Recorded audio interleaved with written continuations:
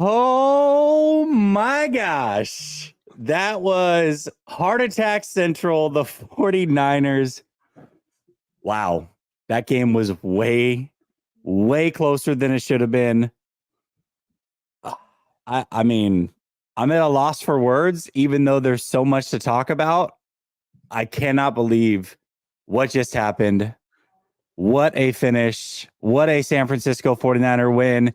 And you and I, David, are now headed to the NFC Championship next week, baby. They almost let us down, but not quite.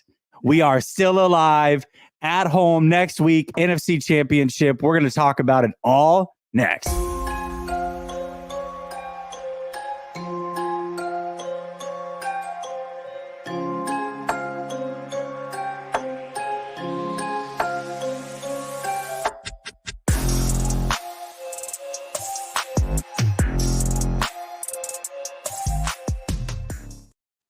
All right. Welcome back to Last Second Sports. We are giving you our take down to the last second. Here we are, post-game rant, but in a positive way. Somehow, some way, the San Francisco 49ers, blessed by Mother Nature at times, blessed by a bad kicker, blessed by Brock Purdy in this offense, absolutely get it done when they need it the most. David, how are you feeling right now? I got to tell you, I got neighbors 2 houses down, and we always do dinner Saturday nights. And I said, I'm staying home. They had the game on there. I said, no, I got to do this by myself. And thank God I watched this game by myself, because I would have lost all of my friends over at that house, being as crazy as I was being watching this game. This game, there's so much to talk about. But I will say this is no hyperbole. This might go down as one of the all-time classic 49er playoffs games in the history of this franchise. And there's so many reasons for it. And we're going to talk about all of them. But I will say this. I don't think this team could have played worse. And I don't have a penchant for hyperbole. I really don't. I don't think this team could have played worse at every level. Special teams, defense, offense brought Purdy the worst game of his career easily, until the last drive. And the fact that they won this game, despite at all 3 levels of the field, all 3 levels of the team playing as badly as they possibly could, missing field goals, kickoff returns, wide open receivers missed, can't stop the run, don't even choose to run the ball. I don't know, man. I think this team just dodged a bullet. And I think this team is like saying, you know what? If that's the worst we can play in the rain, I'm telling you, it's just the roller coaster of emotions in this game were unparalleled. And I'm 41 years old. And I've watched some tense games. I've never been so up and down watching a game in my life. And I think it shaved a couple of years. Easily a couple years that we are not getting back. And being on the other side of 40, that's a scary proposition, David. But either way, the 49ers have made it. Just listening to your emotions,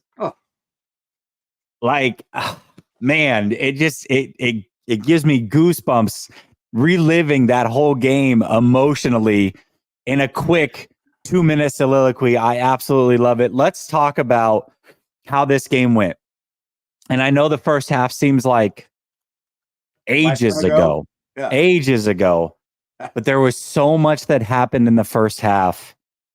The defense was offensive, I should say. They were offensive.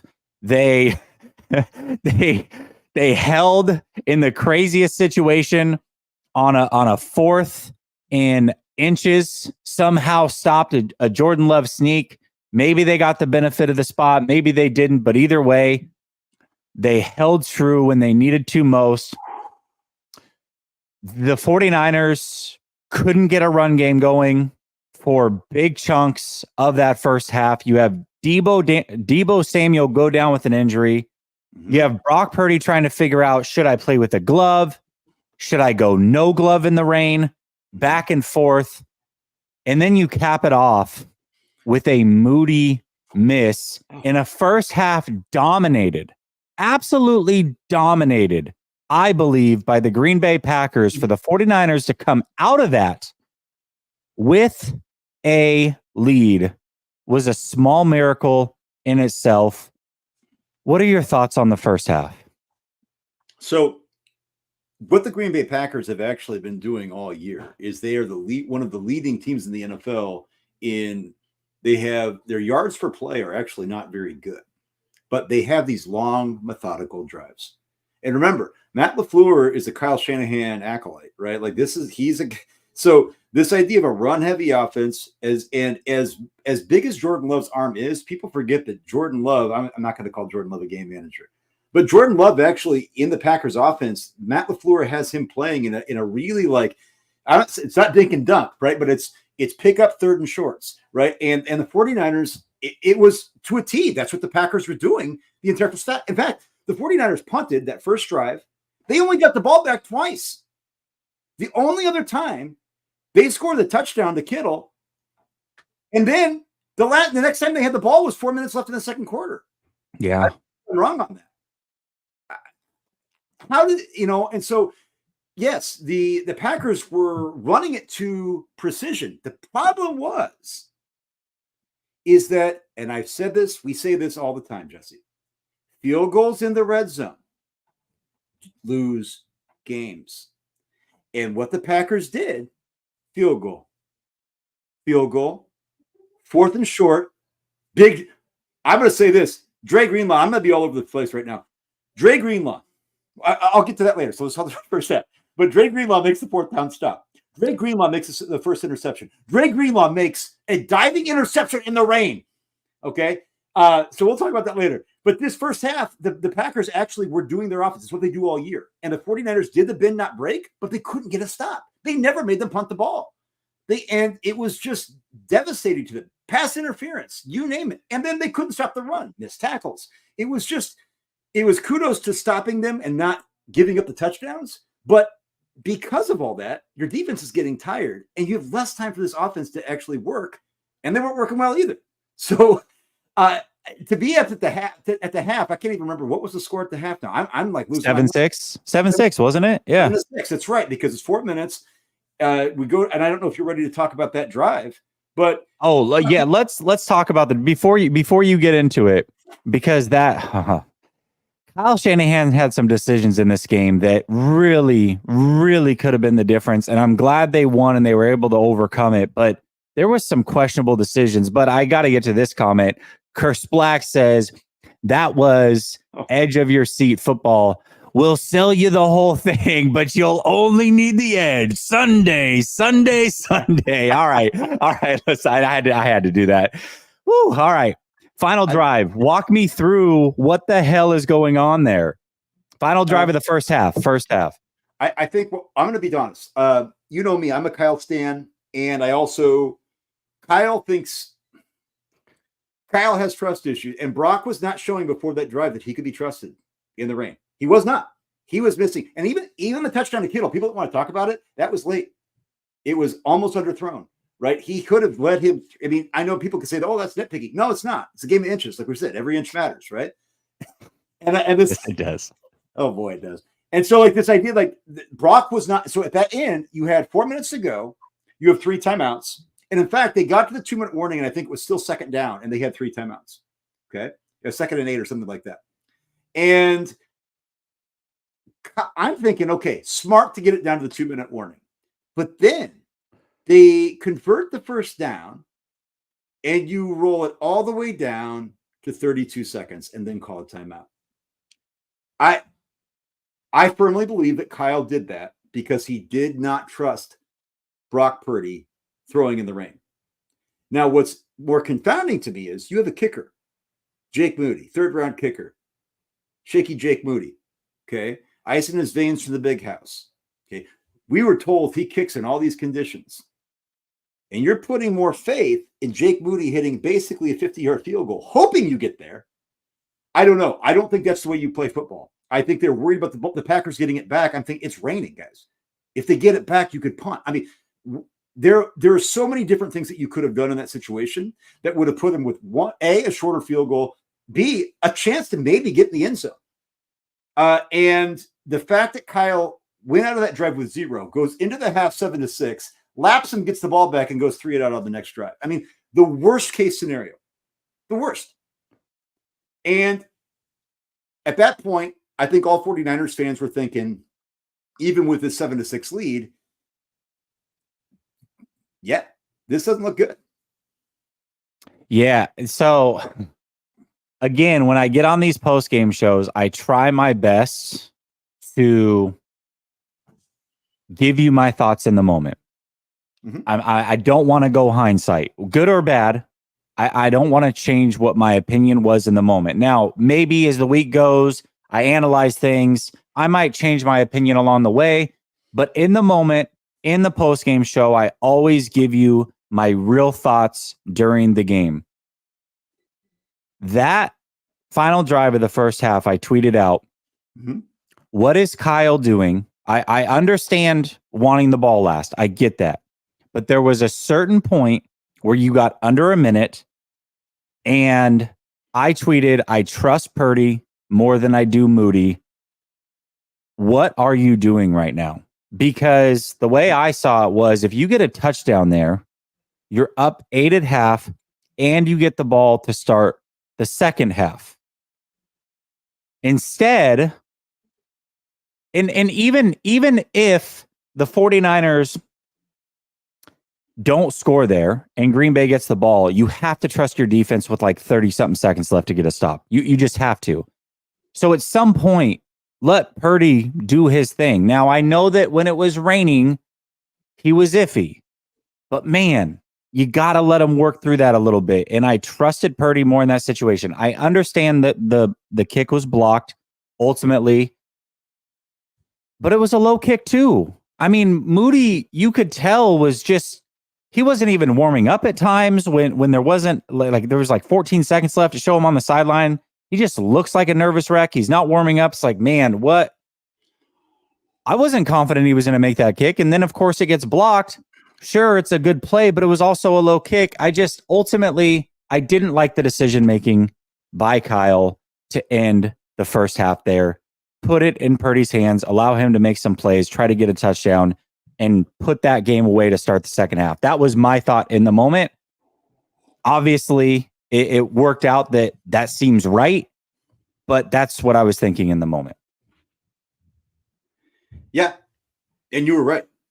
And look, here's the thing. We could talk about scared money don't make money. I mean, but the thing is, this is the playoffs, right? You got to win, right? Like it sounds right. It sounds just Captain Obvious, right? But because of that, you can't get in your head. You can't listen to the demons in your head. You can't get into the conservative Kyle. And the thing about Kyle is this, and I tweeted about it multiple times. I love Kyle Shanahan. 31 other teams would take Kyle Shanahan. Outside of Andy Reid, John Harbaugh, like, honestly though, like, seriously. I mean, every team that has a coaching vacancy would take Kyle Shanahan. Yes, over Bill Belichick. Yes, over Jim Harbaugh. Yes, over Ben Johnson. Okay. But he tends to think that he's the smartest guy in the universe. And at the end of the day, Kyle trusts nobody but himself. Nobody.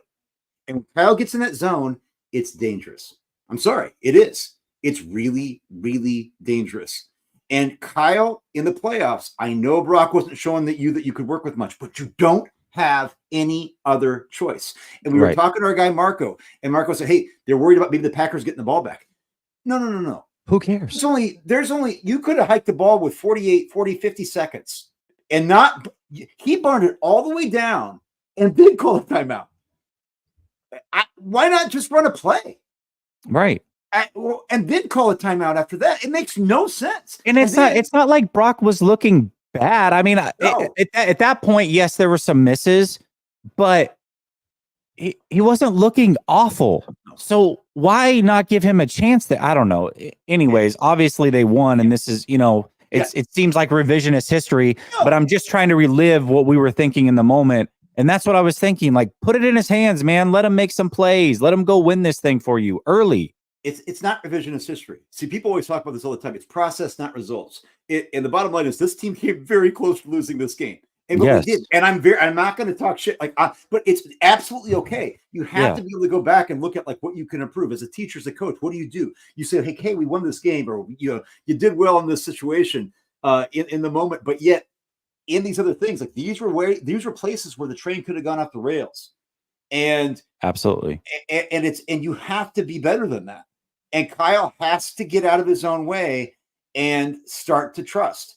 And I'll say this: the 49ers made their own luck at the end. Make no mistake. This was not a lucky bounce. The 49ers didn't get any real, early in the game, Darnell Savage dropping up might have been a pick six, right?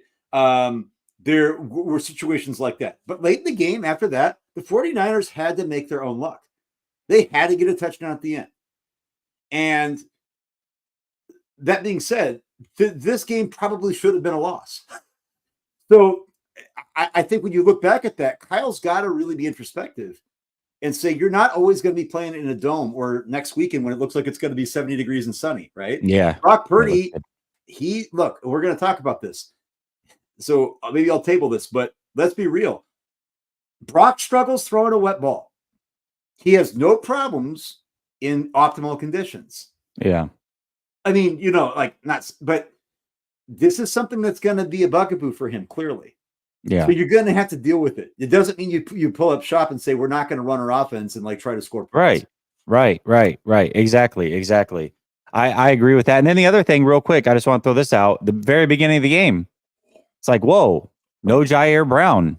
You're running Logan Ryan out there. That was an interesting decision. Jair Brown didn't start. Was Jair, did he play at all? I don't think. Special teams, maybe. It was the Logan Ryan show, at least to start. I mean, I kind of stopped paying attention late, but yeah, I'm pretty sure it was just all Logan Ryan, man. I don't think that's how you play. Okay. Ronnie Bell was inactive. They couldn't have foreseen Debo getting hurt, right? You gotta let your horses run. You can't, and this is the thing. One of my good friends, Terry, just said this the other day. He said, the best way, to trust somebody is just to trust somebody. Like you can't learn that you can't trust somebody until you trust somebody. Exactly. And it's like, I think Kyle, look, I'm sorry. It's an Achilles heel for him, and it's a blessing and a curse because he's smart as hell. But you can't play scared, and it almost sunk him. Absolutely. Let's get to some of these super chats. There's 38 of them right now. We'll get to some of them, then we'll talk about the second half because that thing was shaky as well, but a fun, crazy second half. Yaz Williams says, game-winning drive by Purdy. Let's frickin' go. Yes, sir. I agree. Will says, super ugly game by us, but man, they did the impossible. 1-30, baby. Yes, that fourth quarter comeback overcame Kyle and his woes. On the goal line says, I'm at Levi right now, and I'll be here next week. Just want to say, let's freaking go. We'll come say what's up on the goal line. We'll be there next week also. Most amazing experience I've had in this stadium as a season ticket holder. Man, that you had to feel great. Had to feel great. Niner Matt says, Jesse, let's freaking go. We are finally okay. The winning side of the rookie kicker mishaps. Bro, I'm telling you, that game should have been tied at the very least. At the very, very least. Dave Barclay says, woo, let's effing go, brother. Yes, good game. Wow. Or woo effing who. I guess I read that one wrong, but effing go. We'll take that too. Randall says, there's your gritty come from behind win. Yeah, you know what? Here's the thing. That right there, as bad as it was, can be what propels this team to a championship. Something they had not had in the regular season. Something that was missing from this team. To have the confidence now that you can come from behind and win when things were not going your way clearly, is a big feather in this team's cap, especially as they advance. If they are in that situation again, they'll be calm. They'll feel good. They'll know they can do it. Not believe they can do it, but they'll know for a fact they can do it. I agree with this. This is huge. And this is a huge comment thing, Rand. Like, I believe this, and I know this is anecdotal, but to have them, and it wasn't just Brock. There were a lot of guys that played poorly tonight. But Brock, I'm not trying to take Brock off the hook, but Brock really struggled. He did. He did. But he came through when he needed it. He came through. And let's be real. I'll be honest. I firmly believe that it had to do with the wet ball. 100%. I'm not making excuses. I'm saying he struggles with it. He's gonna struggle with that. Like, it just is what it is. Well, that's a big deal, right? I mean, in this game, they're over it. They're not gonna see rain next week. You're not gonna see rain in the Super Bowl. So for this run, seems like they're in the clear. But when you're talking about a guy who's gonna be your quarterback for the next X amount of years, if you are in wet conditions, far, he's seen it 3 times and he's struggled 3 times. That is, there's something to that now. And I'll be honest, Jordan Love had some nice throws. Brock Purdy had some nice throws. Jordan Love was also off target on a lot of throws tonight too. Yeah, there were a lot of situations where Jordan Love, the defense actually got off the field because Jordan Love missed throws behind. Love, when Avery Thomas had the pass interference, that was going to be a Jaquaski Tart center field interception. Like that was honestly it. So Jordan Love made some good throws, but Jordan Love, I think, might have been this struggle with the rain too. And Brock made some good throws. Brock made some good throws too, right? But they both were up and down. They were both very shaky. And let's be real, on that last drive, the play that Brock had on 3rd down to Juwan Jennings was I think that'll go down. If the 49ers win the Super Bowl, I will look back to that throw as the catch too. I mean, honestly, like I'm serious. Like in Juwan Jennings, I'm going to say this. I've never dogged him. I've never been like, oh, that guy's, I've been like, yeah, maybe he doesn't get another. That dude is an absolute dog. Dude's a dog. He came in. He did not know that he was going to have to be the guy that was going to get more targets than he usually does. And he hasn't played in a long time. And he didn't drop. You know who dropped him? George Kittle dropped one that would have been a first down, and luckily they were able to make the drive. Brandon Ayuk probably would have been a bigger factor if Brock Purdy would have been on target. But Juwan Jennings, if they don't have him, they don't win this game. They don't win this game. Big time plays. Big time plays. And like you said, though, Jesse, I just want to focus on this real quick. Knowing what they just went through, this team can take a breath and say, we got through that. We got through that. And if that's our worst, that ain't happening again. And they also got a major wake-up call. They did. Like as easy as this path should have been, you got to play every moment of every game. Right. You've got to. And I don't think that this was, and I know we disagree with this before the playoffs started, but I don't know if you really even chalk this up to rust. I think it's not like they looked slow. It's not like they looked like they forgot how to play football. It just was like the conditions weren't great and they weren't executing. And I think the fact that they were able to recalibrate, thank you, Anders Carlson. Thank you, kicker gods. Seriously. Missing that field goal. Because and I firmly believe, and I'm no homer, I think the Niners go in that NFC Championship game in great conditions. They ain't gonna have 2 clunkers in a row. They ain't gonna do it. No. I agree. Smack Jones says Brock broke the curse. Holla. Kent says paramedics just resuscitated me. Did they win? They won, man. They won. Rest easy. Jason says, if you get to meet 57 next week, hug that man for us. Man, Diamador Lenore, too. Diamador Lenore, what a baller. What an absolute baller, man. He deserves major flowers for that game. Samir says, first time ever in the Kyle Shanahan era, the Niners have a 4th quarter comeback. Is this real? First time? Psyched. Man, it's real. Casey Wu says, Moody saves us when it mattered. Love the show. Been watching since 2020. Thank you, Casey. Thank you so much.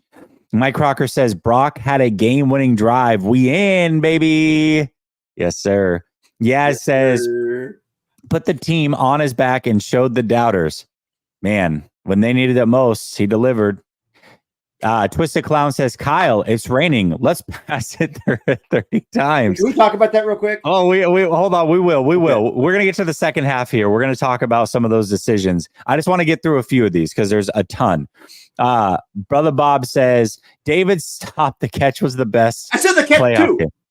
Well, he meant you mean catch four. Catch four. Eight. We've had 3 of them. 69. I don't give a Dave shit. Barclay says definitely shaved a couple years, David. I thought you were telling me to shave. I'm not doing no. Okay. Brother Bob says we are now 1-3 without Debo. Hope he returns Sunday. I'm curious to see. I mean, they ruled him out relatively quickly. He came back in and then was out again. So I don't know, man. They're gonna need him next week. Loner Incognito says, love this win. I mean, Niner gang. But as close as the game was, is there any doubt moving forward? I kind of tend to agree with David, man. I don't think they're going to get 2 clunkers in a row. So we'll take it. And sorry. Yeah. No, go ahead, Ben. Tommy says, thanks for listening to me, Jesse Calero. Calero? Is that? Either way, Tommy vents to me during the game, and every time he feels like it's over, he vents to me and something good happens. So we kept that going all game. He was in my DMs venting. It was great. I did that with Jesse and Marco Martinez, and we have the text thread, and I was like, and I never liked this. And I was like, I'm 41 years old. It's been 29 years. It's over. I'm done with this. I can't believe I've invested this much energy. So much for the NFC Championship. Mike, man, I was all over the timeline. People are like, it's over. I'm like, no, we're good. Trust me, we're good. Mike says, had me worried like a redneck at the dentist appointment. Brother, I'm telling you. Brother Bob says, Moody, just kick it out of the end zone. Can we talk about that for a second? Yeah, go ahead. Because, all we were told was that Big Shaky Jake Moody had this big old anaconda leg, man. Like this guy was just like he could kick it through all the conditions and and at the end of the game, he was like, oh shit, I'm going to do that. And it's like before that, I get it. I'm not a kicker, so maybe there's some, but like, come on, man. Like there's kickers in the NFL that always kick it out of the end zone every single time. That are much smaller than Jake Moody. I don't get it. I don't get it. Now, I'm not blaming the special team. I'm not saying the special team shouldn't have been in a position to stop, what was it, Bo Melton or whatever the guy, I think it might have been Bo Melton. Yeah. Guy that I loved in the draft, who also had a touchdown tonight. But yeah, it's a different game without that too. Like just so much. Wisnowski doing this. Can we get Wisnowski kicking? Brother Bob says, Jesse, I told you the Packers have a bad kicker like us. You ain't lying, man. You ain't lying. RS says, Purdy struggled. Kyle made some questionable play calls. And I'm sure I lost a year off my life watching this game, but a win is a win. On to next week. Yes, absolutely. Undave or Daddy says, guys, is this a box checked for Purdy? For sure it is. It is. Yes, absolutely it is. Of course it is. Matthew Sanders says, and it's because they didn't hold anything back. Yes, sir. Brother Bob says, Kyle, into the first half, horrible clown management. Okay, let's talk about the second half now, because it didn't start out great in the second half either. Let's just keep it a buck. All right.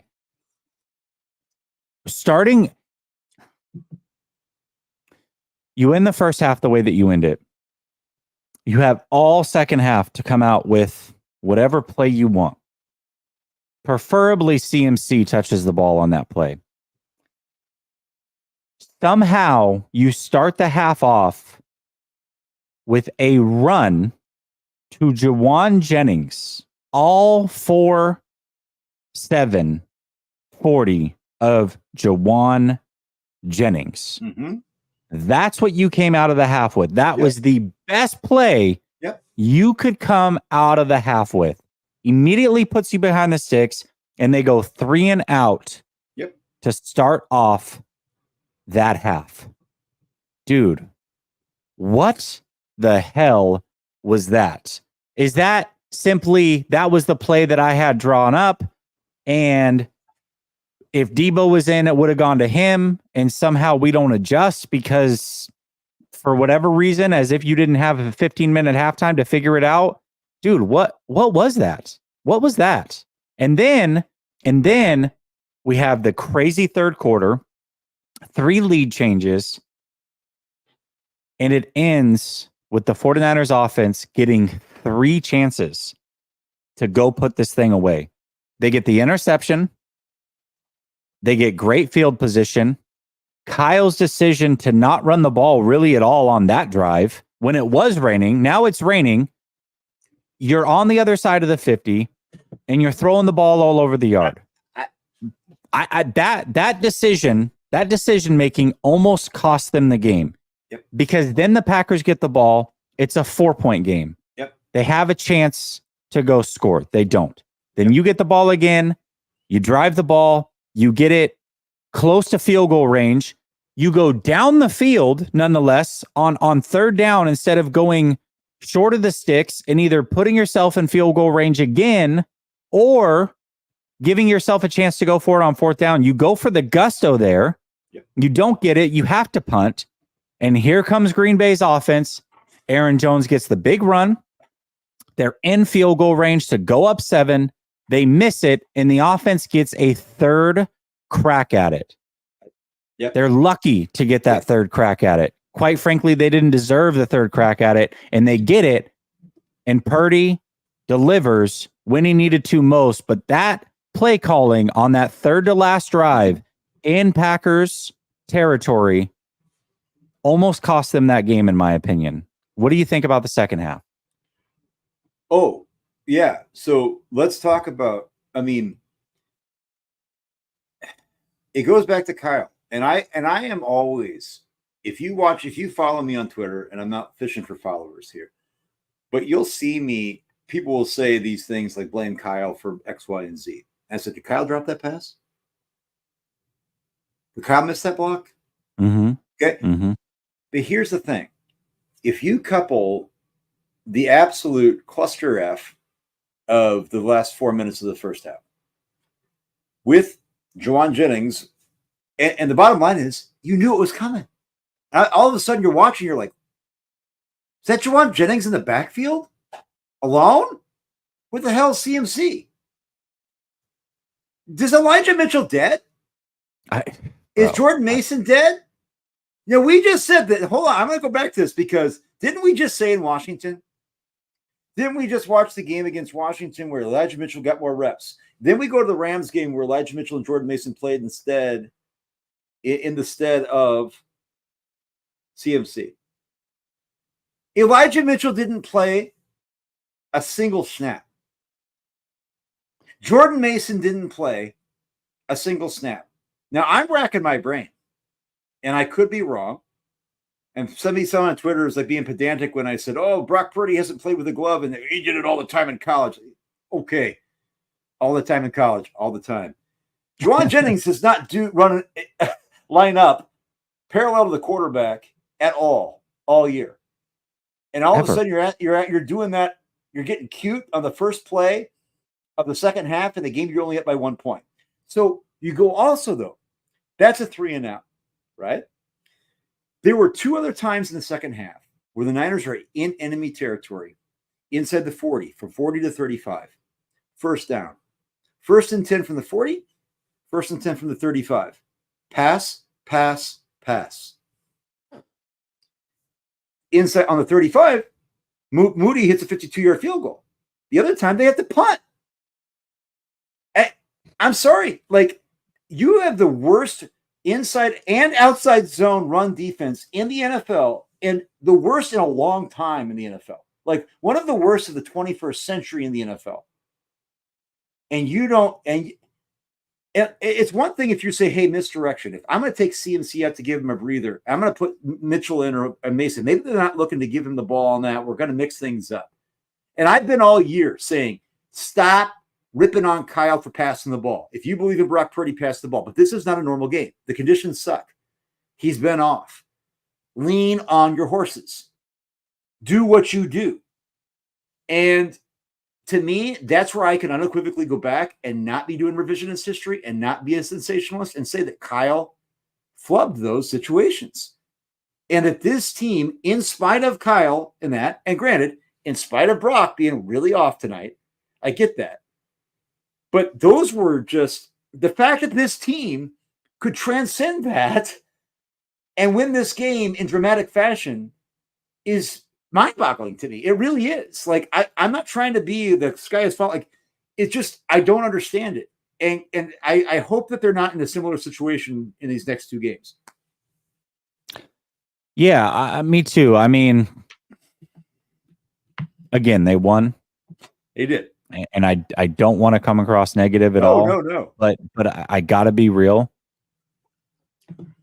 Kyle really put them in some tough situations tonight. Absolutely. That I feel like could have been avoided. And I feel like this team kind of overcame their head coach. I agree. In this particular game. Now, Kyle does a lot of great things. Kyle puts players in great situations a lot. They win a lot of games because of Kyle. But tonight, I feel like this team overcame their head coach on this particular night. Yep. That's the feeling I get. That's how I feel about this game. And I think it's okay to say that because two of us who obviously believe in Kyle Shanahan, this isn't the sky is falling. We won the game. We're excited to go to Santa Clara next weekend. But when you look at this and you want to talk objectively, I never rip on Kyle. I rarely do. I would say that those situations, though, objectively are flawed. Now, you can always say, hey, zig when you zig when they think you're going to zag, right? I get that.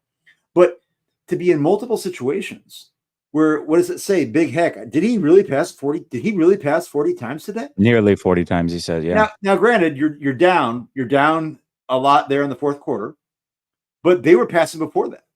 Yeah. And in these conditions, now granted, I get that people and Rich Madrid was always, and he's right a lot of the time. Like this idea, like, well, you can't run with 9 guys in the box. You can't sit there and but that wasn't happening. Like they were just. This is what Kyle does best: is disguise his motive early in the game to set up things with the run game, and then that's when you gash him late. And they just didn't do it. And so I love that he's putting Brock in those situations to because he allegedly trusts him. But brother, we got CMC. Like this next game in Santa Clara, I'm going to say this right now. You can bookmark this. It's going to be a CMC game. This brother is going to get his touches. Yeah. And absolutely. They got to have more balance on offense this time around. Yeah. And I expect that Kyle will be much better next week. I really do. It just today, just like players have bad games. Yep. He didn't have his best stuff today. Agreed. But he's the head coach. You can't go out there and call for the righty out of the bullpen. He's your play caller, man. He did not have his best stuff today. And it's as simple as that. Dave Barclay says, Matthew Sanders, love guru. I didn't catch that one. Flav says, just when I thought he couldn't be any worse, Moody goes and does something like this and totally redeems himself. Well played. Had 3 heart attacks in 4 hours. Yeah, man. I feel it, Flav. I feel it. Dave Barclay says, I thought I might die tonight. All gray hair now. It happens quickly, man. It really does. 808 Niner says, still can't stop the run because we can't set the edge. Kickoff coverage is trash, and I don't know about Purdy. He missed so many open guys badly, and Kyle Shanahan did his best to choke the game away. Run the ball. Again, back to David's original point, really almost nothing went well today. There were times where things went well, but nothing went well, and they still found a way to win. That in itself has to make you feel good. Dave Barclay says it's like they targeted Debo and changed it all. So real quick, Debo Samuel has a shoulder injury. I don't know the details, but he had a shoulder injury in Cleveland that kept him out multiple weeks. Yeah. The question now becomes, is it the same shoulder? Is it the same injury? Is it a re-aggravation? I don't know. We're going to find out. Luckily, they have, 7 full days to get over this. But I'm curious to see if he plays. They have 8 days to get over this. Well, 7 days off, I guess. Well, yeah, but they're getting that extra day of rest playing on Saturday night. For sure. So we'll see. We'll see if he's able to go, but it is a bit worrisome, being that a shoulder injury is exactly what kept him out, and that, I mean, he tried to go, was unable to, and then was in street clothes. So we're gonna need him, and especially against Chauncey Gardner-Johnson, who those two went back and forth. Remember when Debo was out with the shoulder injury the first time? Him and Chauncey Gardner-Johnson were back and forth. Chauncey and Debo basically called their shots that they were going to meet in the NFC Championship. If Debo can play, I guarantee he's going to play. If he can't, that means something seriously is keeping him out. So I expect him to do everything he can to be on the field if it's possible. GTC Real says, finally, a gritty win. There's a lot to fix. The 57, no penalties, and 2 picks. Although he had a possible face mask, but we got lucky there. We'll take it. Moody made kicks and then counted on Brock comeback. Be better next week. They will. They'll be better. Matthew Sanders says, to be fair, LaFleur returned the favor on the clock management. Yes, he did. Oh, yes, he did. Yes. He horrible clock management, in my opinion. There were multiple times where, and I get it. I got to respect the team for trying to put your foot on the throat. And the bottom line is the Packers actually, most of their touchdowns were on short fields. And they didn't really do very well finishing drives for scores. And there were multiple times on 3rd and 2. This is the thing. There were several drives where it was 3rd and short. And the Packers threw and were off target. And that's actually what resulted in the 31-yard or the 41-yard field goal attempt by Anders Carlson. And I think that, yeah, so I can't blame Matt LaFleur. Oh, frozen? All right, let me know. Can you guys still hear me? I need to know if it's me or David. Can you guys see me and hear me? Give me a thumbs up. Yes, Jesse, we got you. Bye, David. Okay. You guys got me. That's all that matters. That's all that matters. Hold on. Let me switch this up here. Let me get this out of here. We'll bring David back in a second. You got me, which means we can get through super chats. I don't know where David was going, but I'm sure it was super duper important. Dave Barclay says Niners win and fans spend money on the super chats. Yeah, you guys are coming through clutch. Dave says, David is right. Kyle is a danger to himself. The biggest danger to himself. All right. Samir says, is it too bold to say Brock Purdy's scramble on the last drive saved Shanahan from Kyling it when the pressure peaked? That scramble was the best play of that whole drive. The best play of that whole drive. It was so needed in that moment. That was the biggest play. I agree with you, Samir. As far as that goes, I don't know if it's the team saved him from Kyling a little bit tonight. Blaine McCandle says, Juwan Jennings, pay the man some money if we go to the bowl and after. Yeah, man. He came through in a big, big way. Matthew Sanders says, y'all think Ambry found Jesus in the locker room? Dude, that was rough. That was rough. Many, many times for Ambry. William Bennett says CMC MVP. Greenlaw won it for us again, just like against Seattle. Hey, I think he came through big. I think Diamador Lenore came through big. I think CMC, Jawan, Purdy came through big. There was a lot of good things in big time moments. And I got to say this too. Eric Armstead he just looked gassed at times very early in that game. I love that he was back, but you clearly have got to see that he's got to get back into football shape. Not that he was bad or anything like that. But he's got to get it back. There we go. There's David. Hey, bud, how you doing? Was it just me? Yeah, I think it was just something to do with the internet or something. I don't know. Yeah, go ahead. I was just to say, Akeem the Dream, Alex Smith, Jeff Garcia. Really? I don't know about all that, especially after a win today. Come on, man. Let's be positive. Tristan says, here's $1.99. And Jason says, can we start a GoFundMe to put a dome in San Francisco? Man, that's the thing, right? The problem with that is that it's too close to the San Jose airport. And anything higher would be, I guess, too high. Need a flat dome, so flatten it out, I guess. I don't know. You know what we need? Yeah. I don't get me wrong. I think Levi's, if anybody's never been to Levi's, and I get it, most 49ers fans have not. My first 49ers game was the pick at the stick, 2013. So it wasn't something like, and I'm a season ticket holder, but I sell most of my tickets only to 49ers fans. Tonight, Roscoe's, Chris Haynes, and Chris Polo were both in my seats, the seats that were kept warm for me and Jesse next week. So yes, the bottom line is like, Levi's is a nice, when you're inside that stadium, it's great. The sight lines are wonderful. The fan experience is great. However,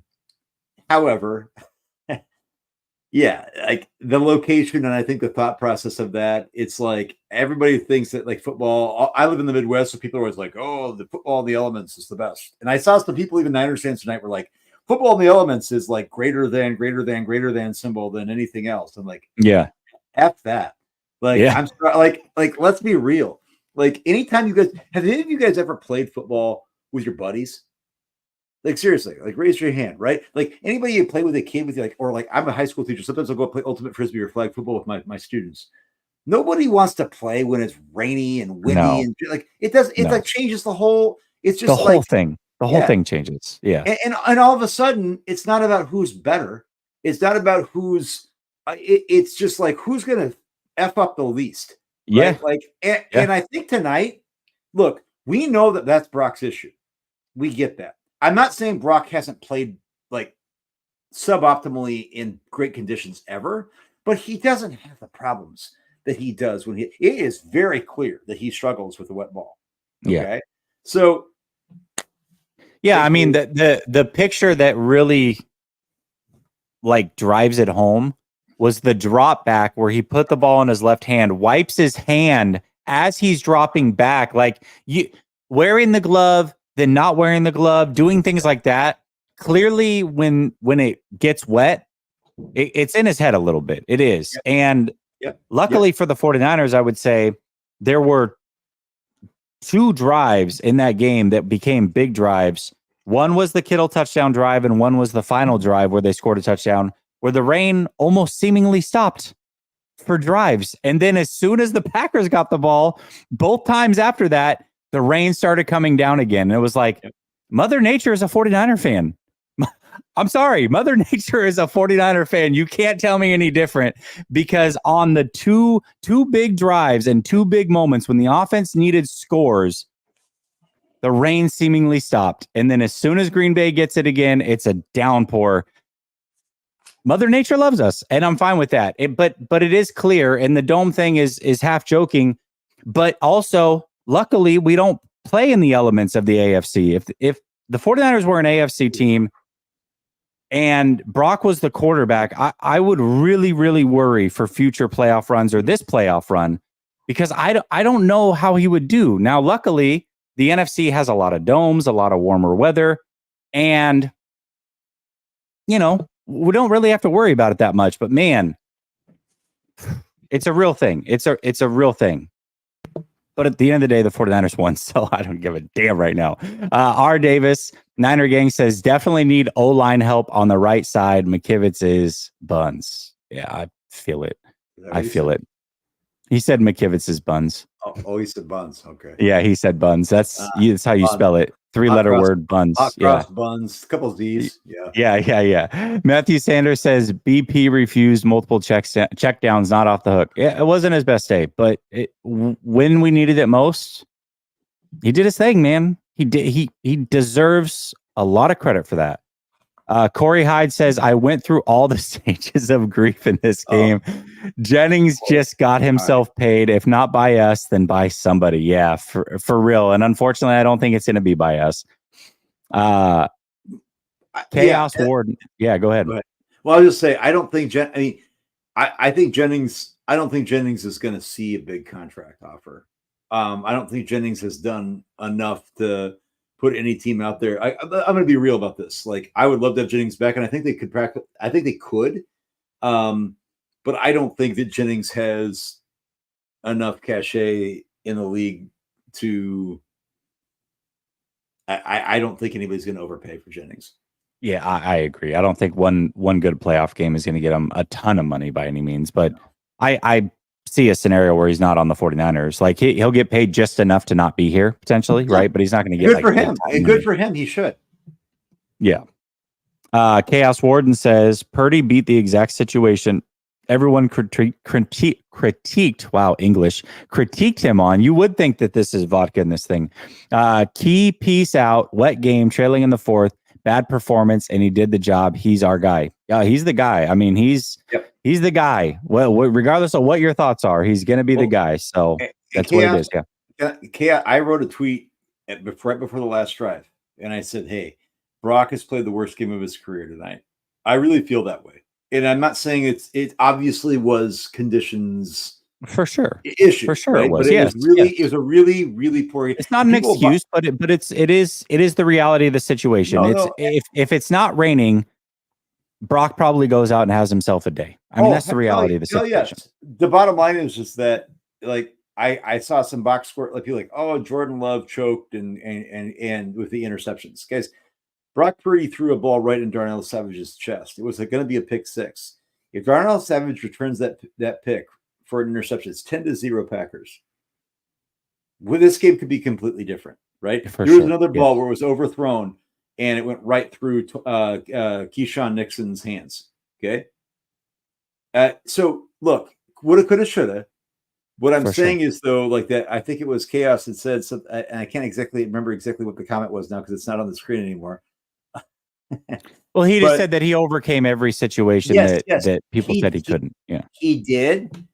But and I think that's the key. I'm wearing a Brock Purdy jersey, by the way.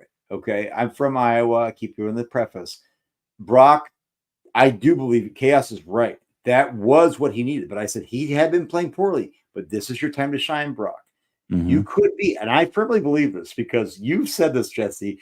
Kyle Shanahan is a quarterback polygamist. That is Jesse Naylor's words, and it's so true. Okay, it's so true. And look, we've seen this. You traded 3 first-round picks for Trey Lance. It's who he wanted, and yet he was bringing Jimmy Garoppolo back. I'm serious, and I firmly believe, and I could be wrong. I don't think I am. If Brock Purdy throws a pick on that last drive, are we so certain that Kyle doesn't get that itch? Like Dave Chappelle, like crackhead itch? Like, yeah. Right? Does he start saying, like, I want Cousins? It's like, do we really feel like he doesn't really go that route? And I think that Brock knows that, right? You can see Brock goes in there and he says, fuck it. Brock says, this is my team. I ain't getting usurped by Kirk Cousins.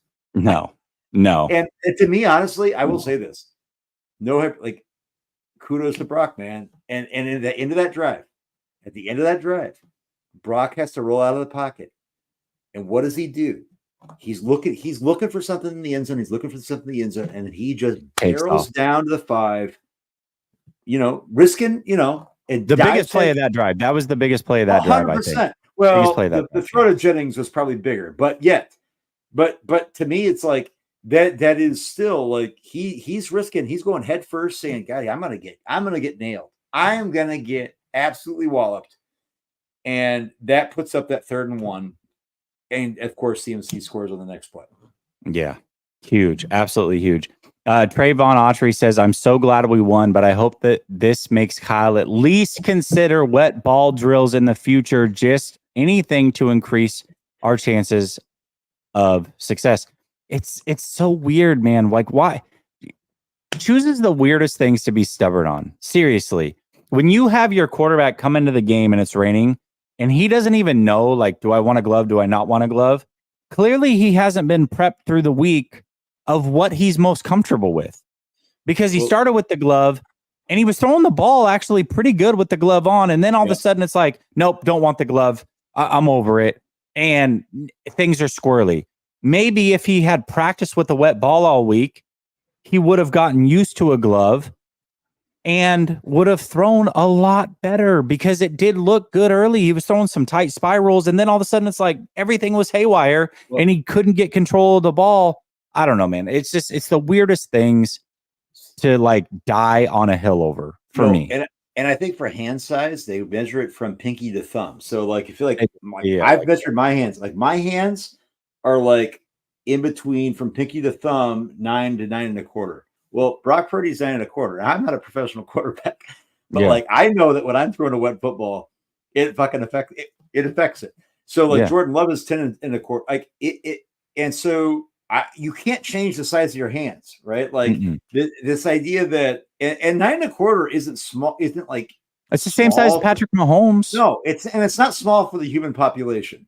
Like having a 9 to 9.25 is like, but for quarterbacks, he's in the 24th percentile, right? This is NFL quarterbacks. It's not the first percentile, it's not the 5th percentile, it's 24th though. Jordan Love is in the 90th percentile for quarterback, so it does make a difference in how to spin it, how to grip it, how to get like, and so I don't think this is a problem that's going to go away. So what my response is, like that whole like wet ball drill, I get it. I understand it. And there's got to be some way to cope with it. Kenny Pickett has baby hands. He's got those little 7 7/8 inches. Yeah. And so he's Teddy Bridgewater. He's Teddy Two Gloves, right? Yep. But like, I don't know if there's actually an answer to this issue. I think this is always going to be, I don't think this is something like you like learn how to be better. I think it's a physical thing. Yeah, possibly. I just do what you can to get him as comfortable as possible. And I feel like practicing it a little bit has got to, it can't hurt. I don't think it can hurt. I don't know. GSBC Film says, barely ran the ball on the last drive. Thoughts? Yeah, I mean, I think that it was just about getting Purdy in a rhythm. They barely ran the same thing on the final drive in the first half, where I had an issue with it. I didn't have an issue with it on that final drive though, because it's your last drive of the game, most likely, and it's not raining. Like you're finally getting a break in the weather.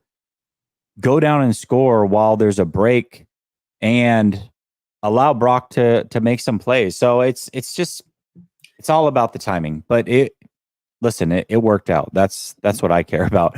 R. Davis Niner Gang says, when Debo went down, why not put Mason and CMC in there together and use CMC in the Debo role? Interesting. Hey, not even mad at it. Mad at it.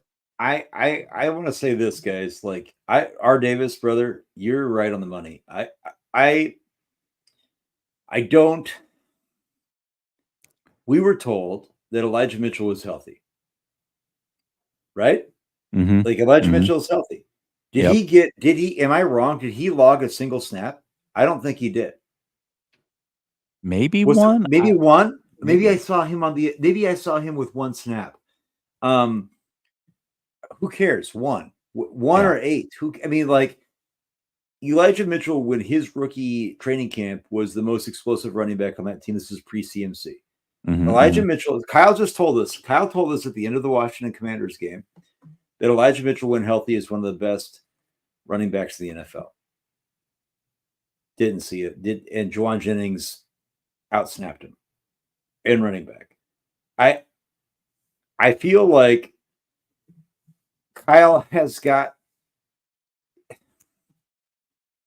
Jordan Mason and Elijah Mitchell are talented running backs. They really are. And they can work. They work. They're one-cut backs. They are tough, explosive backs in the cut. And you cannot exclusively lean on CMC at all situations.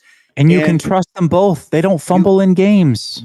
You can. So this is the thing. Everybody, Debo is, Debo's a beast. I get that.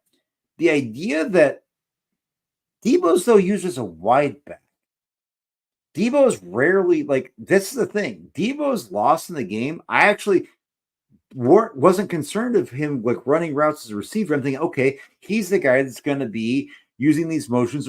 You're telling me that you really can't trust Elijah Mitchell or Jordan Mason as athletes to mimic anything I'm with you. does? I just don't buy that. I don't buy that. That's not a possibility. And to sit here and hamstring your entire offense, look, Debo gets hurt. Does that mean like, oh shit? Well, we're done with those plays. Come on. Yeah. Well, no, they weren't done because they handed the ball off to Jawan Jennings to start the second half. Like, like Jawan Jennings, like all due respect, bless his heart. I just got done talking about how he's a dog. He's not a running back. He's not. Unbelievable. And if you're going to hand it off to any receiver, why not Ray in that situation? I don't know. Anyways. Okay. All right. I digress. Yeah. Flav says, I hope that was just the rain with Brock, but I've never seen his timing this bad before. He was just bad, honestly. Really hope it's a 1 week thing. I really believe it's a rain thing. I really believe that. Yeah. And that is an issue potentially long term because rain games happen in the playoffs. And if this is something he can't overcome, then it could be an issue. But for these playoffs, and their chances to win a Super Bowl, they got over it tonight. Next week is supposed to be nice. The Super Bowl's in a dome. They don't have to worry about it. I think Brock, if it's not raining, plays a very, very good game tonight. I really believe that. I really do. And I think, Flav, you're right on. There were multiple throws. We're not even talking about down the field. We're talking about layups.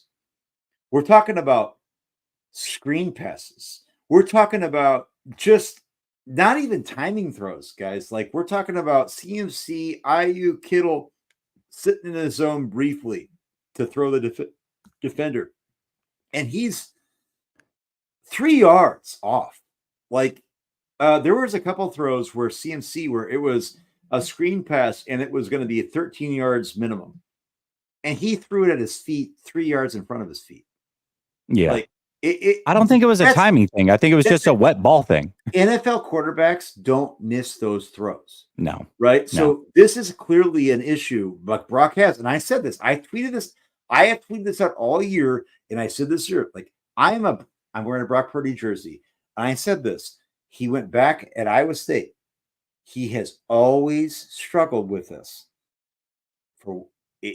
And I think that when you saw that, that's when I was going to say this. The fact the Niners won this game and the fact that Brock, and I'm not trying to give him outsized credit, but for him to he knew he was feeling this. He knew he was feeling like, I've let this team down. I guarantee you about Brock. I will guarantee you that about Brock. He did not want to F this team. He did not want this to be on him, not because he didn't. He didn't F the team when it came down to it. He didn't F him. When he needed it, he got it done.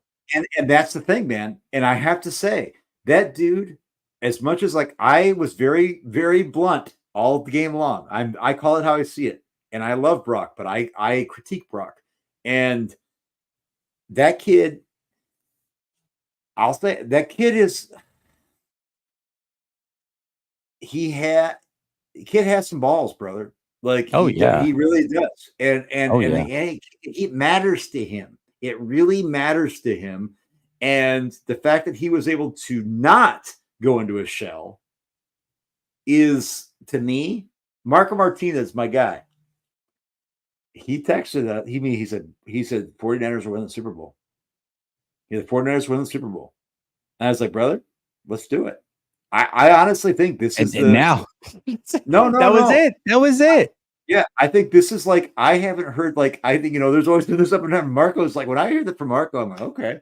I was I really feel like this is the light.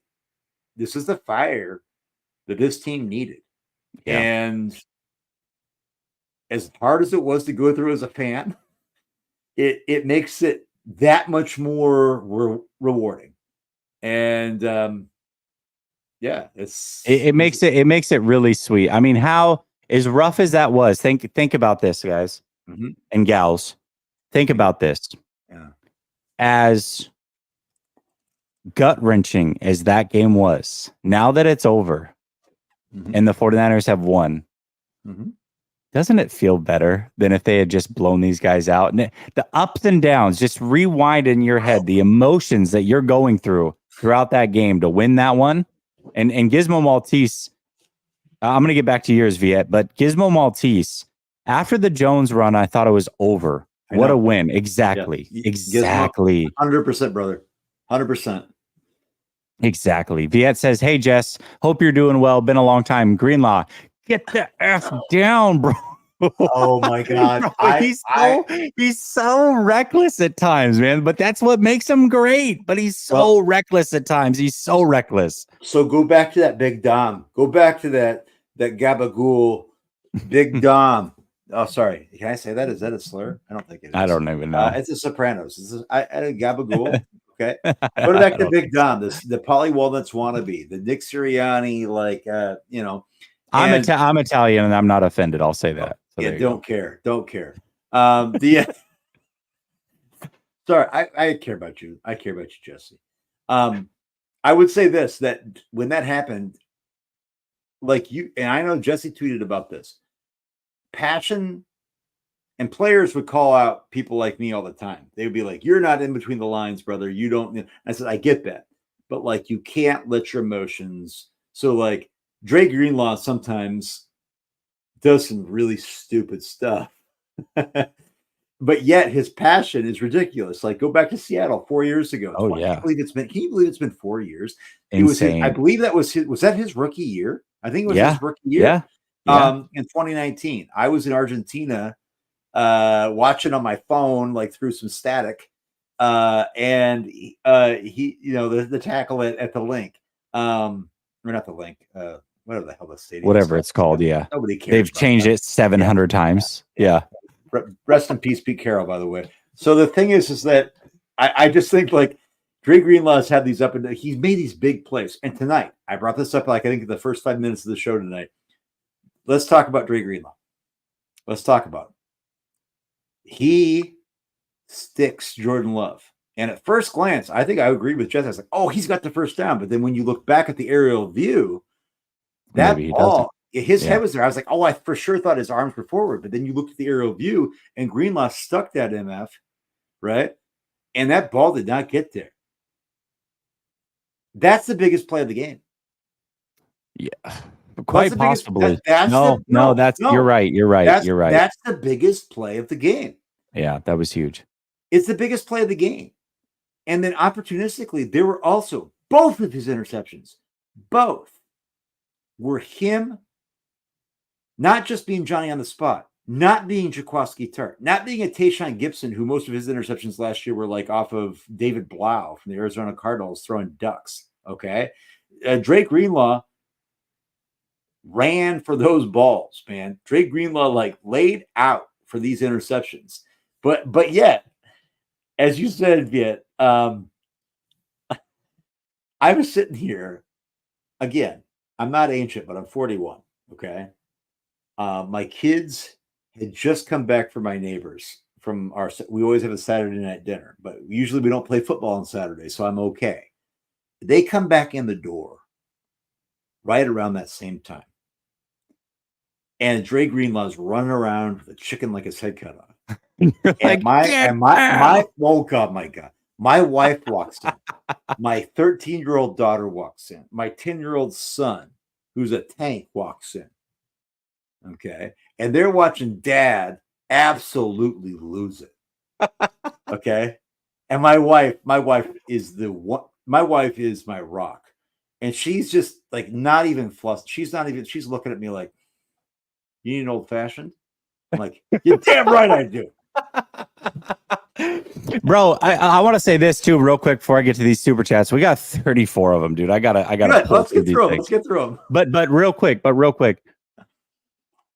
Trent Williams with the boneheaded play of the game, right? Like, talk about being on the edge, dude. Yep. After a kickoff, you're just walking on the field. I understand the Packer player flopped. I agree with that. But don't put him in a position to even be able to flop, man. Like you gotta hold it together. And that just started the drive off in such a bad way. moving you back 15 when you had decent field position. It's just it's little things like that, man. It's little things like that. And Trent, look, Trent's a Hall of Famer. For sure. One of the best to do it. Trent looks for this stuff. Even go back to the Philly game last year in the NFC Championship game. Look, I know we don't like Philly. I get it. Philly fans suck. They're the worst. They're the worst. Nick Sirianni is an asshole. I understand that. But Trent Williams, he amplifies stuff that he doesn't need to do. Just let it go, bruh. Like you can't win those situations. They're gonna put it on you. 50 minus 1ers. Nice. Finally got that grindy game they needed. I agree. Flav says when Kyle calls the game like a little bee, the team adopts that mentality. Felt a lot like the Jimmy days, but got lucky. Call the game like you're playing to win as opposed to not lose. I agree 100%, Flav. 100% Flav. Brother Bob says designed runs with Juan and Purdy. I swear. Clown show. Brother Bob says iPhone said take more high blood pressure. Brother Bob says, so David, how can you still be a Shanistan? Okay, well, I'll say this. Here's my thing, and this is where I pride myself on. I am not a homer. There's nuance to this. There's levels to this, right? Like Shanahan is the MVP of this offense most of the time. People don't understand that a lot of it. And I think that's the thing I've said. It's his Achilles heel. His arrogance is his Achilles heel. His lack of trust, it's a blessing and a curse because most of the time when he trusts himself, he's right. Right. And so that's something that 49ers fans have to deal with. It doesn't preclude us from or prevent us from levying any type of critique or, opposition to anything that he does. Sure. I'm with you, brother Bob. Like I understand it. I also think that I will say this: allowing Purdy to throw as much as he did is somewhat encouraging because he is showing growth in the regard that he is trusting Purdy, even though he wasn't showing him he could trust him necessarily. It's not tonight. Like I feel like Kyle is saying, no, that's our offense. So that's why. But running the ball in elements is not an indictment on what your thoughts of Brock Purdy are. It's just reading the situation. You know what I mean? Agree. 100%. 100%. Jungle Karma says championship defense won this game, and Kyle Shanahan isn't above criticism, but his commitment to the run game also saved the game. I mean, was he committed to the right? I also don't think the defense, yes, they got some picks late, and yes, they bent, not broke. They were bent, not broken. Yeah. But I also think that defense could not get off the field on third down. They committed all the penalties that they were called were absolutely legit. And gave up their first 100-yard rusher in 51 games. Look, and people can say all they want. If this defense actually forces a mother punt, this game isn't in this way. This defense forced one punt the entire game. Yeah, they really had their back against the wall. Wolf Life says Purdy Ayuk clutch catch on the last drive underrated. You're right. That shoestring catch, man. You're nope. Completely forgot about that one. That was the only ball, honestly, on that final drive that was off target. It wasn't the last. It wasn't that catch. Yes. Oh my God. So we lost Ayuk. And people was it the final drive? It was, right? No. So Ayuk does dive and get that ball, but there was no, not that one, not that. Oh, that okay. There was a ball on the third quarter because the fourth quarter they're going back towards the other side of the field. On the third quarter, Purdy threw a horrible. Actually, it was on the same drive. Purdy threw a horrible ball. It's behind him. 2 plays later, Purdy throws a ball at his feet, and Ayuk and behind him, and Ayuk has to go down and catch it lower in the field. Yeah, on the last drive, which included the Jennings throw, Ayuk makes a diving catch, and then the Green Bay Packers defender strips him of the ball well after he had secured the catch. Oh, yeah. That was a good throw, though. That was a great throw. It was a good, okay. it was a good throw, but Ayuk is. This is what people do to Ayuk. The catch was incredible, but the Yes, throw was very Wolf good also. Wolf Light's not doing this. Wolf Light's not doing this. Yeah. I know. The idea that Ayuk gets dogged sometimes for not being box score credible. Like Right. Ayuk was open all night. Brock was off. Yep. And Ayuk, when it mattered, every single time, every single time. And so this is the thing. This team has dogs. Now, we don't know if Debo's coming back. I don't know. I'm not going to go. I saw some people say, Debo's got to put some cortisone in that and drag his ass out there because Brock would do that in a similar situation. Okay, whatever. If he can play, he'll play. He'll be there. If Trust he can that. play, he'll play. If he can't, I'm okay. Also, I'm just going to say this about Debo. Last year, the 49ers played without Debo 4 games. Do you know how many points they averaged last year without Debo? 31. Yeah. 31 points, and they were 4-0. You know how many points they averaged the whole year? 31. Yeah. Okay. So I'm not saying that Debo doesn't matter, but they can overcome it. They can overcome this. Absolutely. Samir says 3 thumbs up to who and 3 thumbs down. I'll quickly give these. Okay. Thumbs up, Deommodore Lenoir, Dre Greenlaw, Brock Purdy. Mm-hmm. Thumbs down, 2 to Kyle Shanahan and 1 to Ambry Thomas. Yeah, I'm gonna go thumbs up to Dre Greenlaw. I'm gonna go thumbs up to Deommodore Lenoir. I'm gonna go thumbs up to Christian McCaffrey. I'm gonna go to thumbs down to this run defense that could not seem to figure out what was going on. I'm gonna go thumbs down to Chase Young, who I said was going to show up because Eric Armstead showed up and did not. Missed tackles left and right. Was doing the shiver instead of wrapping up on Aaron Jones several times, which would have saved at least 24 yards on 2 or 3 different plays. Oh, yeah. And I will say thumbs down to Ambry Thomas. Ambry Thomas, look, it pains me to say this. It pains me to say this because I like Ambry Thomas. I thought he actually was in good coverage. And I thought on every single pass interference he had, including the first one, he didn't need to freak out. But he did. And that being said, if you're going to put Ronnie Bell as an inactive, if you're not going to give Elijah Mitchell carries, if you're not going to give Jordan Mason carries, you need to really think, can I trust Ambry Thomas? And let's be honest. Now, and I'm not saying that's healthy usually to like second guess and like the whole shit or get off the pot thing, but like, let's be real. Can you after this game, can you trust Ambry Thomas? I think the answer is no. I really do. They couldn't get consistent pass rush either. I mean, all night long it was. Oh my God! Awful. Yes, awful. And it is. And Jordan Love wasn't sacked a single time. And Jordan Love is very good. Jordan Love is one of the best. Actually, he is one of the best quarterbacks in the NFL at evading pressure. He really is, and that's why blitzing Jordan Love is a fool's errand.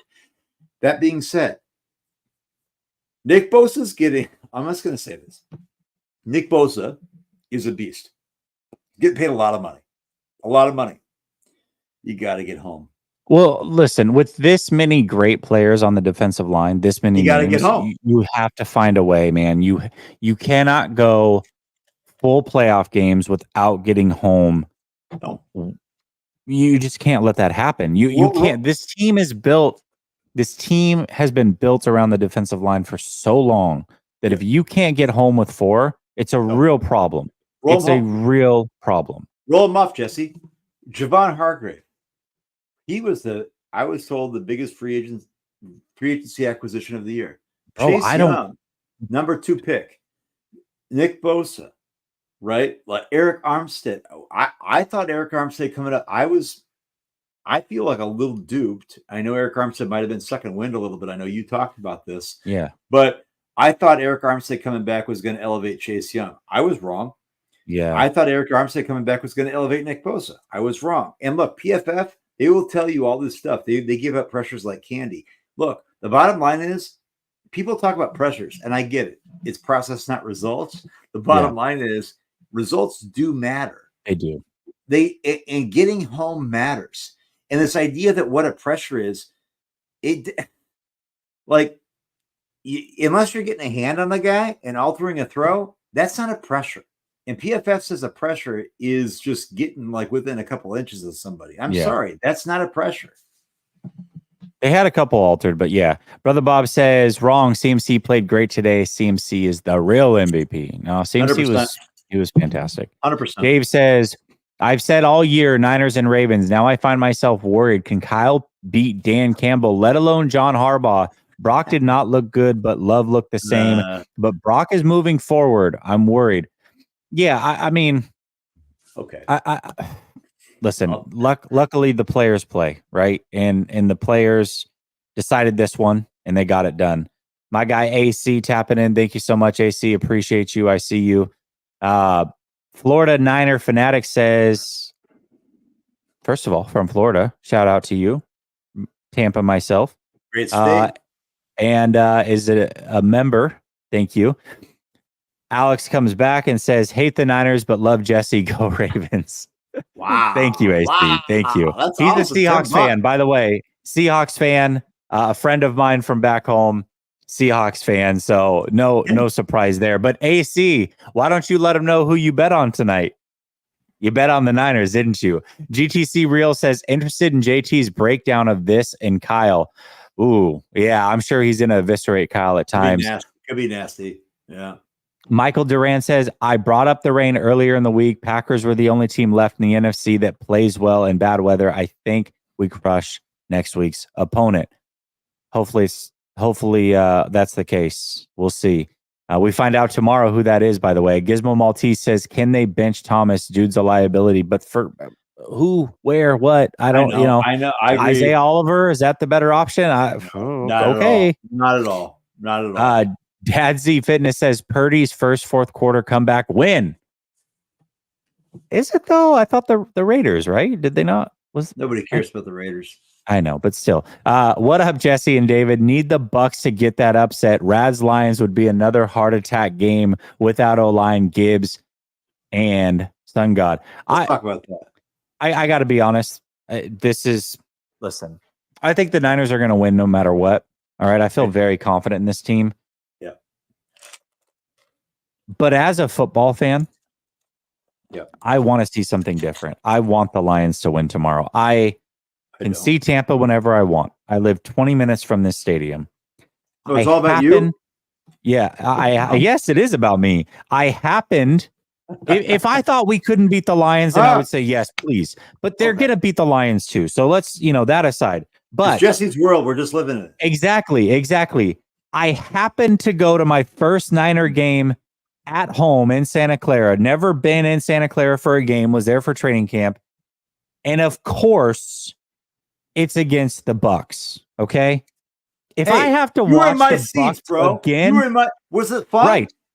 But if I have to watch the Bucks again, come on, man. Give me the Lions. Just as a fan, I want to see something different. But the 49ers are going to be good no matter what. I want to see Baker because I want to see Chase Young and Nick Bosa converge on that little dweeb in the backfield. And I want to see them do the stick that right in between his legs. Okay, so here's the thing. Dan Campbell. Joe, I love that you brought this up. A lot of people like Dan Campbell. I think Dan seems like a nice guy. We get on Twitter, we talk football. Like, these people are human beings, right? Kyle Shanahan does not fear Dan Campbell. I do not fear Dan Campbell. Dan Campbell likes to talk about eating kneecaps. We don't care about that. Look, I want the Lions so badly in this game. I really do. Not for the Jessies, because I don't want to see Tampa, because Baker Mayfield, all this other stuff. I want to see that. I want to see it because that Lions defense is dookie. It's so dookie. Chauncey Gardner-Johnson going to get put in a blender. It's going to be 73 degrees and sunny. The kickoff's at 5:15. It is going to be gorgeous. Now, I don't know when we're going to play. Well, I'm assuming we're probably that late start. I'm assuming. Yeah, I think so. I think they rotate every year, and this year the NFC game's the late game. I'm pretty sure. Bottom line, it doesn't matter. We're going to enjoy. This is the thing. Jesse and I are going to go. No, I don't know what Jesse's gonna do. I like to go for hikes. I like to go for walks. I like to go out and get some vitamin D. Okay, I backcountry Vitamin D, fan. you say? Vitamin D. Now, my look. So immature of me. I had You know to. I what, had to take a Jesse? shot. Jesse, I'm Listen, glad you asked. I'm glad you yeah. asked Listen, because every inch yeah, matters. every inch matters. And I like and look, well, I'm geared. I hope we get the late game because that enables me to go out, get some sunshine, go out to the local coffee shops, go out and find where the best croissants are. I'm a food snob, people. Now I don't look like it. I look like I'm not much, but I'm gonna tell you this right now. I'm looking in the camera. Okay. I don't do this. I don't know what Jesse does. This is the first time Jesse and I are going to be in person. We're going to be like, I eat well. Okay. I don't do this. I don't deal with scrubs. Okay. So what I'm going to do is I'm going to go out though. I'm going to go run the hill. I'm running the hill. I'm running the Jerry Rice You Hill. ain't running no hill. No, You're gonna die before the game. Listen, let's not have. I'm recording it. I'm recording it and I'm posting it. Hold up. Jesse and I on Sunday are going to run the hill together. You heard it here first. I'm running no hill. No, I Jesse, need knee surgery. I'm not running a hill. Shit about your knee, Jesse. This is the 49ers. This is for the bowl. I'm going to tell you this right now. We are filming this. You heard it here first. We're going to put this clip on Twitter, by the way. Okay. Jesse and I are running the hill. And I'm going to try to call my guy. I got a friend, Jerry. You might have heard of him. Jerry Rice. Okay. We're going to call. No, you think I'm joking. You think I'm joking right now.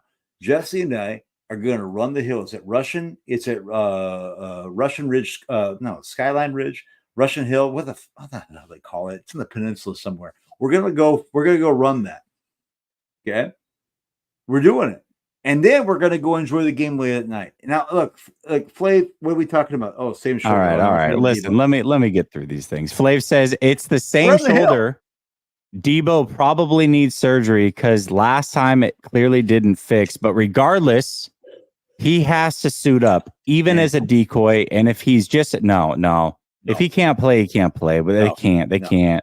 No. Dave says so many weapons. We need to get by without Debo. Hopefully, we don't have to play without him. Elijah Mitchell can play football, people.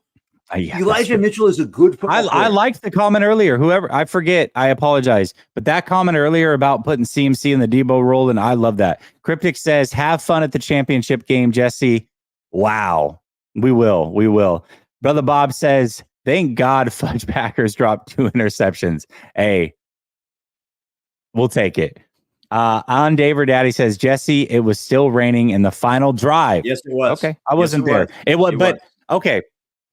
Either way, it let up. You can't tell me it didn't let up because you saw that final drive, how hard it was coming down. Very, very different. But what I'm saying, the only point I'm saying is that Mother Nature is a 49er fan, and you can't tell me otherwise. I'm sorry. Mother Nature likes wet balls. Dave Barclay says, I agree. More Mason, please.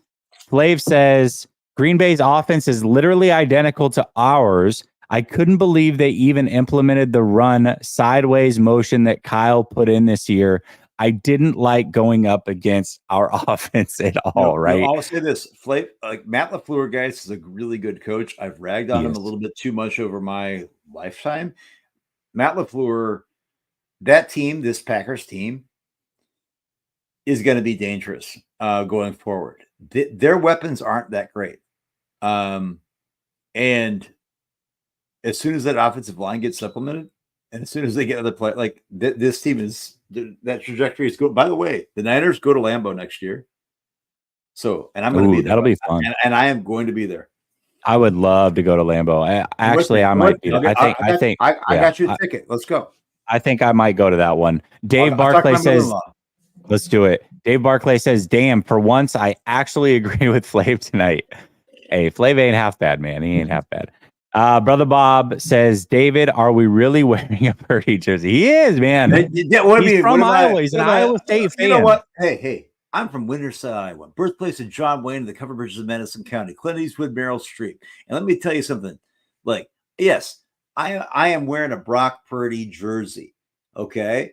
season tickets to Iowa State Cyclones, Matt Campbell Country, baby. I'm gonna tell you this: we stand the Cyclones, we stand Brock Purdy, and I just bought a onesie for my little 4-month-old nephew, and he's gonna be wearing that mother by next week, and we're winning that Super Bowl with him wearing it. Yeah, I stand. I'm wearing a Brock Purdy jersey, brother. Dave Barclay agreed with it, by the way. Joey Mellon says, "Big play, Dre. This is why I bought his jersey." Good choice. Brother Bob says, David. Yeah. How many of you had me equals one shot? Clase Azul. Okay, let's count. 1, 2. Quattro. He's like LeBron James counting championships over in Miami. Oh, right yeah, now. yeah. I'm going to South Beach. I'm taking my services to South Beach, baby. Listen, I don't want to hear any of this. Don't tone police me. Don't judge me. This is the hardest fought playoff game I've had as a fan. I had to work a whole lot. My heart rate was soaring. I'm probably going to die tomorrow. You know what? I don't mean you got to make it through next week, man. No, you got to. Yeah, right. You know what? Actually, forward me the ticket. Forward me the tickets. No, I'm not going to transfer you the tickets. You got to forward me my ticket at the very least in case you die tomorrow. You're going to have to hope I survive that far. My God. Todd Fry says, I don't think the issue is gripping the ball. The receivers run routes slower in the rain. No, that's not true. Listen, when he's dropping back and he's wiping his hand mid-play, it's clearly there's an issue there. John says, Brock was 6 of 7 on the last drive, and his QB scramble on that drive was the biggest play of that drive. 49ers have some toughness and guts. Love to see it. And the only incompletion was a drop. George Kittle.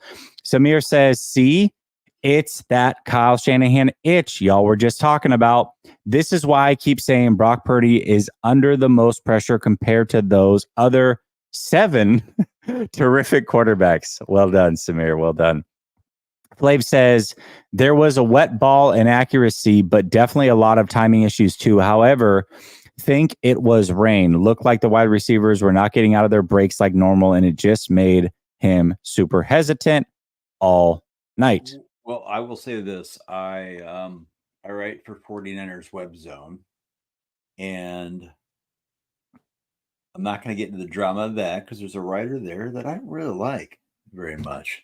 And I worked with him at Fansided, and he got fired because he was an a-hole.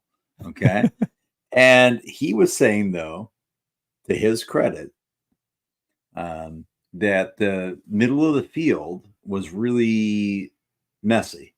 And that both the Packers and the 49ers were starting to avoid the middle of the field because they were slipping a lot. Now, I don't know how true that was, but then I look back. I will say this, and I did take note of this, David. There was, to me at least, it looked like that middle of the field had been resodded at some point recently because it was a different color than the outside was. Yes. I don't know if it's the way it was mowed or, sometimes directional mowing, whatever, but it looked like it was newer sod to me. Levi's Field has historically been fraught with, I mean, let's be real. Like this is, and I would argue that the 49ers were having a harder time with it than the Packers were. But both teams were struggling. And I honestly think that Ambry Thomas on a couple of occasions, I even think that first occasion, he might have, somebody was telling me, I can't remember who was in my ear about that, but that if you look back on that play where he, bear hugs Bo Melton, or whoever that was, I think it was Bo Melton, because that throw should have been picked off. Yeah. He had and there were a couple people that said, hey, I think he kind of lost his footing a little bit and then got nervous. And I'll have to go back and look at that. And if that's the case, yeah, I mean, that is a little bit different. And I feel for Ambry Thomas because I think that Ambry Thomas actually is a good young cornerback. I really do. And I think that he's a guy that in a lot of ways is chronically in good position. But tonight, in multiple situations where he was in good position, he panicked. And you can't have that. Yeah. And maybe there was some footing issues as far. I mean, we saw Gibson fall down for a touchdown. Right. We saw Travarius Ward fall down and give up a big play. So Joey Mellon says, did Kyle break his fourth quarter-ish stat streak? Yes. Dave Barclay says, it was hard, but ultimately the Niners earned it. Yes, they did earn it. Daniel Valencia says, D was bad, but rarely gave up only 14 points. Yeah, I mean, points are ultimately where it was at. But yes, the defense at times was not great. Flav says, they showed Debo running on the sideline. He can for sure be a decoy at the minimum. Emmitt Smith won a Super Bowl with a separated shoulder. He has to suit up. Flav, I promise you, if Debo can, he will. He will. Dave Barclay says their O-line eliminated our D-line. And that is worrisome, I will say. Yep. Playing against the Lions, if that's who the matchup is, the Lions have a very, very good offensive line. So I don't know that gets easier next week. Dave says, did you see the Ravens second half? Jeez, killed the Texans. Yeah, both number one seeds started out a little slow. You can say rust, what have you. The Ravens, the Ravens took care of business in a big, big way in that second half. Cryptic says, it's these moments as to why I love football. Win Niners. Man, this whole day is why I love football. Absolutely love it. Twisted Clown in the midnight hour. She wants more. Nice, Twisted. Nice. And it is. It's 1 a.m. They're very, very well played. Dave Barclay. Dave Barclay. East Coast, exactly. East Coast Dave Barclay says 6:30 Eastern Sunday for the NFC Championship, which means 3:30 Pacific. That's what. Well, that's for sure, because that's what it is. It's 3:30 and 6:30, or it's 3 and 6:30. I think is what it always is. So we're the early game. We're the early game. No. That's the late game. That's the late game. The late. So you're saying that. So you're saying that 6:30.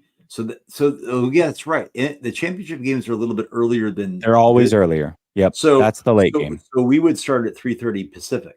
Yes. Okay. I like that, because this is the thing. It's going to be sunset. I believe at that point is more in that 5-ish range. So that first half, this weather, by the way, this Sunday, it's supposed to be gorgeous. We're talking like 73 and sunny, guys. Yeah. So it's like that first half is going to be sunny the whole time at like the best weather imaginable. And this is and like for all you guys who might be a little bit foreign to the Bay Area, and I know we're talking to Niners fans, but that's unseasonably warm for the last weekend of January. It's usually 50 degrees. What are you laughing at? Just this next comment. Next comment, and I've got a funny thing to say that goes with it. But go ahead. Finish. I ain't done. I'm done. I'm done. Go ahead, deliver, brother. Okay. Samir says, David, how stiff was that old fashioned hiccup? I was just gonna say, did you guys enjoy as much as I did watching David work through time zones? Hey, you know what? I'm gonna work through. I'm gonna make you work through so much, brother, because I'm gonna tell you this right now. You guys hold on. I'm gonna look into the camera right now. I'm gonna look right in the camera. You think you're messing with some type of scrub? No.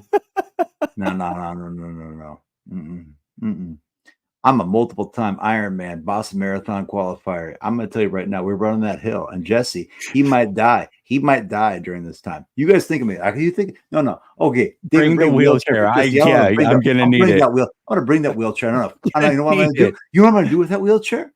I'm going to bring it right up to the cliff and I'm push him right off of it. Okay. Okay. So this is the thing. So here's the thing. You guys think? I'm telling you right now. We running up that hill, baby. We run up that. I just got a text from Jordan Elliott, the legend Jordan Elliott. Jordan Elliott's my guy. We're meeting up. Is Jordan going to be there? Jordan's going to be there. We're going to go out. We're going to go out together. We're going to go to the hill together with Jordan. Jordan's going to be he'll be the cameraman. We're going to designated driver Jordan. We're going to come out here. Okay. You guys think I'm lying? Brother, we're going to put this on film. It's going to be cinematic. No, you're not lying. You're 100% not lying, but there's zero chance I'm running the hill. I'm letting you know right now. You think I'm a nobody. I'm going to tell you right now. We're going to do this hill. We're going to do it for the Bay.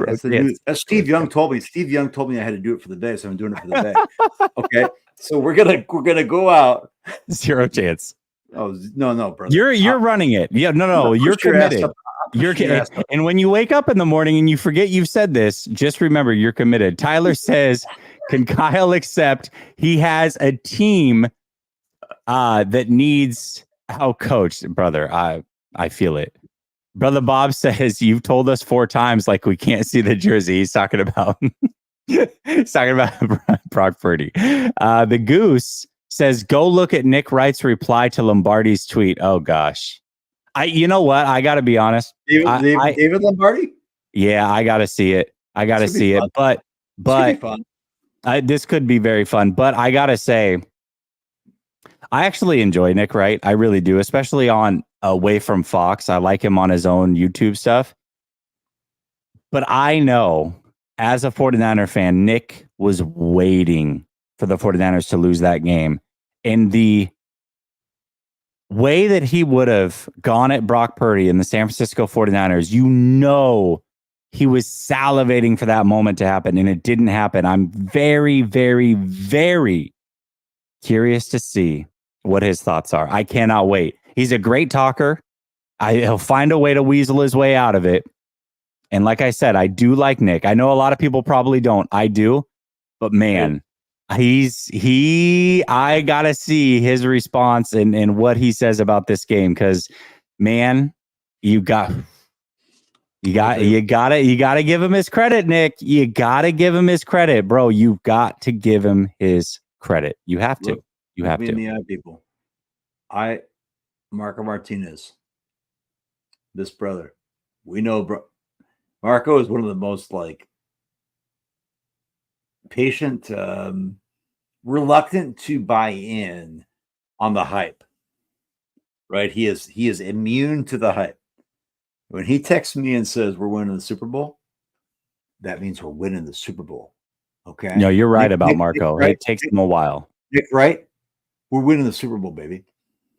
Against your Chiefs. It might be against your Chiefs, Nick. It might be against your Chiefs, which would be even crazier if that's the case. I can't wait. David, thank you for giving me an hour and 40 minutes. Chat, love each and every one of you. Thank you so much for making this channel what it is. Thank you so much for being faithful Niner fans and going through this ride with us tonight. Thank you all so much for supporting the way that you do. Much love.